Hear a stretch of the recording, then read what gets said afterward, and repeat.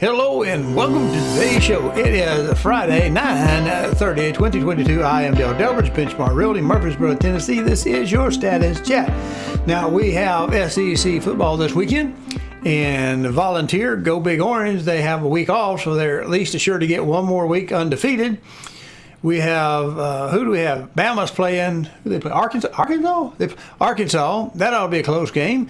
And we have, Kentucky's got a good game going for them. And Georgia, they ought to have a pretty easy win there. So we've got some football to watch tomorrow, and we'll enjoy it. But before we get to watch football tomorrow, we have this. Well, hello and welcome to the middle segment. Now, as always, if I bring you something from a retail source, a news station, video, magazine, what have you, I like to give that full link to that article to whoever wrote it because I want to give them full credit for their opinion. And for you to understand that's their opinion, I want you to know who they are. But now if it's a government data source or search engine, I may not always give you that full link. Today I want to talk to you about this. Earlier this year, I forecast, using an offset method, what the mortgage rates would likely be at the end of this year, because that seems to be what everybody's concentrating on. They, for some reason, think that we've had cheap money for so long that the spike in interest is going to come down and they're going to pick up a deal where the housing market's going to crash or any number of things, that something's going to be better, just not today. Tomorrow. And the problem is that's not always the case. In fact, I don't personally believe that the mortgage rates will ever come back down. I think we're going to stay around 8%. If you like this content, please go to calldale2sell.com, find the tab that says on YouTube, click it, and it'll open up a page of QR codes. There you can use a smartphone to scan and get to the YouTube page, or you can just mouse over and click it on a PC. There you'll be able to subscribe to this little button over here and click the notification bell so that YouTube will notify you when each Friday's blog has been uploaded. Thank you. Just my opinion. It may go higher, may go 9 or 10, or it may come back down to 7, but I think we're probably going to stay around 8, 8.5, something like that. I expect 7.5 to 8 by the end of the year, in this quarter, and we're coming up on it. We'll find out. I could be wrong. Now, you hear the rule, the saying rules of thumb. Well, rules of thumb are pretty accurate over a very, very short, narrow period of time, because we're just kind of trending based and using linearity and ceteris paribus, just little minor changes in our forecast, and take it, but they're not accurate over time. We have to revise our rules of thumb. Okay, let's start here with this one. I did Google, which you could do, rule of thumb, how much 30-year mortgage treasuries, because I'm trying to pin it to the treasury, see how they track. And the first one I came up with, here, it's been purpled out, bankrate.com. Look at the date, 2021. That's not that long ago, is it? That's just last year. Well, here they say the 10-year treasury tracks 150 to 200 basis points, that's 1.5%, 2% above the 30-year mortgage rate. Now, that seems to be written backwards, because usually it's the mortgage rates are above treasuries. Now, let's go down to this next one. Mortgage rates explained. This is the truth about mortgage rates. We're not going to open the article, but it says a 30-year fixed rate usually is a spread of about 170 basis points, or 1.7% above the Treasury. Well, let's go look, because I have a tab ready for us of what the Treasury are running today. Well, this is, guess what? U.S. Department of Treasury right there, Home Treasury. And I'm just going to look at the yields. Let's pull this up. Okay, here is the first of this year, 1/3/2022. We're going to go to 10 years, so it's this third column. Let's look to see where we go. Let's take a note of it. It was 1.63 at the start of this year. Go down to the bottom to find today, and we find it is, third column over, 3.76. So we're gone up. We've more than doubled that rate. So we're at 3.76. Now, what would we have if we had 3.76 plus 1.70? Let's put this in there. 5.46. So that rule of thumb says we should see a 30-year mortgage rate of 5.46. Now, don't get ahead of me. I'm just trying to show you that rules of thumb, you need somebody who can keep up with the data a little bit more than this. I'm trying to help you out. We get a general idea that interest going up is bad for your buying power, but how bad is it really? 5.76. Well, let's go over to another one of my favorites. If you follow me, you'll know this is one of my favorite sites to go to. And I'm going to Mortgage News Daily. You know how to find that. I'm just going to go to the Mortgage Rates tab, and let's see what today's rate is. What was that what was that number we had? Pull it back up, 5.46. So how close are we with that rule of thumb, 5.46, to today's rate of 6.79? Well, just like that guy with the fishing hat in that store, just missed it. So that rule of thumb is not very helpful to us. So we've got to keep more. We got to keep more on top of this. This stuff is just moving just way too fast for us. But I want to show you something else, another source, another tab. I'm going to go to more resource data, and I'm going to pull this down 30-year versus the 10-year Treasury, which is just what we looked at. Where can we get that information?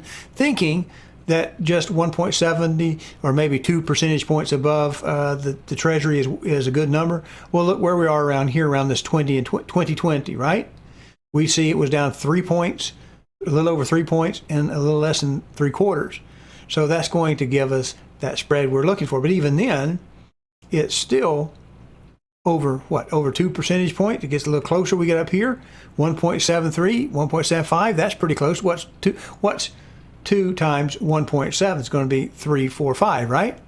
That's about it. So that's about halfway. We go up to today's numbers, we get a completely different range. So let's shrink this up to a very narrow range last couple of months. And we see even in these last couple of months, we see that we have a yield of 3.8 and a 30-year fixed mortgage rate of 6.8. That's 3 full percentage points. What was that rule of thumb? 1.7% above the Treasury. So that rule of thumb is no longer accurate. That's the part we're going to. So we're at 3.8 now, and our rate is, what is our current Fed target rate? 3% to 3.25. All right, what is our probability at the end of the year? Well, I like to use this tab. This is from the Federal Reserve Bank of Atlanta. Let's slide on down, because we have this thing that says expected future path of 3-month average Fed funds. And let's go to the next projection, which would be this next quarter, 22/12/19, mid-December. And we see the expected rate is 4.25. Well, if we're at 3.25 now, and we got to go to 4.25, and we only have 2 more meetings, of which only one of them, if they only raise the rate at the last go around, then that means they're going to have to take a full percentage point somewhere in there, or we're going to have a double jump in the next 2 meetings. And I think they only announced you have to check your news to see if they're going to do 1 more increase this year or 2 more increases this year. But it's going to take a full percentage point to get that target rate up there. And what is the high end of the target rate? 4.55. Do we see that there? And if we go into that first quarter, we're at 5% on the high end and 4.38 in the middle. So we're still going to be well over a percentage point just in the Fed rate, and we're on 3 already on top of that on the mortgage rates. So you can guess about where we might be depending on how you use your estimator. But I don't see the rates are going to go down, not anytime soon. Well, I about cheated you. Let's go back and look at this. See this picture? Let me zoom in a little bit more, if it'll do it, if I get on the screen. All right, I have blown this up. Now notice these dates down here. These are quarters, 3, 6, 9, 12, 3, 6, 9, 12. So this is the first quarter. So if you're waiting for rates to go down, they're estimating that rates will continue to go up all the way through half of next year. And there's a high probability that they will stay at that rate for an extended period of time all the way into 2025. So this is the Federal Reserve Bank. If you're waiting for rates to fall because somebody on Facebook told you that they were going to level out, ask them the same question I do. When are they going to level out? Because there's not an indication so far. It's not in the cards yet from the level out. And it may, if the chairman is telling us the truth, he may continue to bring rates higher than what this forecast, this tornado track seems to show us. So anyway, that's it. Let's get back to the show, wrap this thing up. Hello, I'm Dale Delbridge of Benchmark Realty, Murfreesboro, Tennessee. If you are currently unrepresented and would like to know how to compare up to 3 properties side by side and room by room, then go over to my new YouTube channel, Call Dale to Sell. That's 1 L and Dale, no spaces. Watch the demo on Real Scout and then call me and we'll set up your exclusive ad-free account today.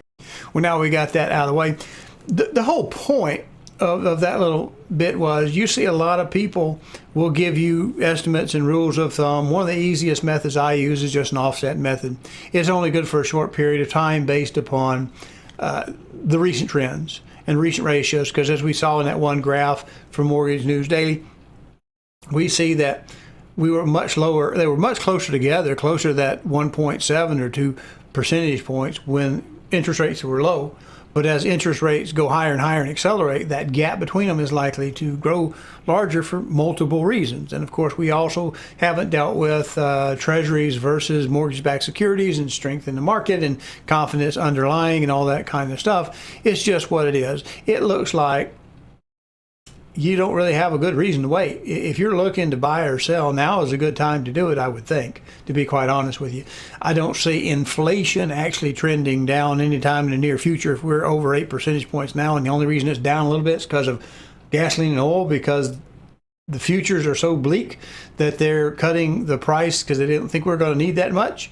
Everything else is still increasing. So I would just like to encourage you, call Dale to sell. If you are ready to market that house, let's get her going, because it's going to take a while to get her gone now, a little bit more than the short days we used to see it. So we need to get started early in order to that, because other people are going to be heading into the future rate increases too, and you really want to be able to get your house on the market before everybody gets theirs on there. So let's look at last week's numbers. 9/23/22. We had 17,580 opportunities in Real Scout system. That increased over the previous period. We had 4060 in the under contract still showing, which decreased over the previous period. And that ratio dropped to 23% between them. Now let me Bob Seger this pad. We have this week, 9/30/2022, we have 17,941, which is an increase in opportunities. We had 3,890, which was the number of under contract still showing. That went down, and the ratio decreased by another percentage point on the integer level. Like I say, I don't really understand the point of waiting. I know we're all a little bit nervous, but I don't see rates going up for a while, and they may continue to go up higher than they were going to go up before, because they keep revising it higher and higher every time. And even when it flattens out to, at worst case, around 5% on the target rate. So you know the 30 years is going to be higher than that. So anyway, we appreciate you watching. Have a good weekend. We'll see you next week.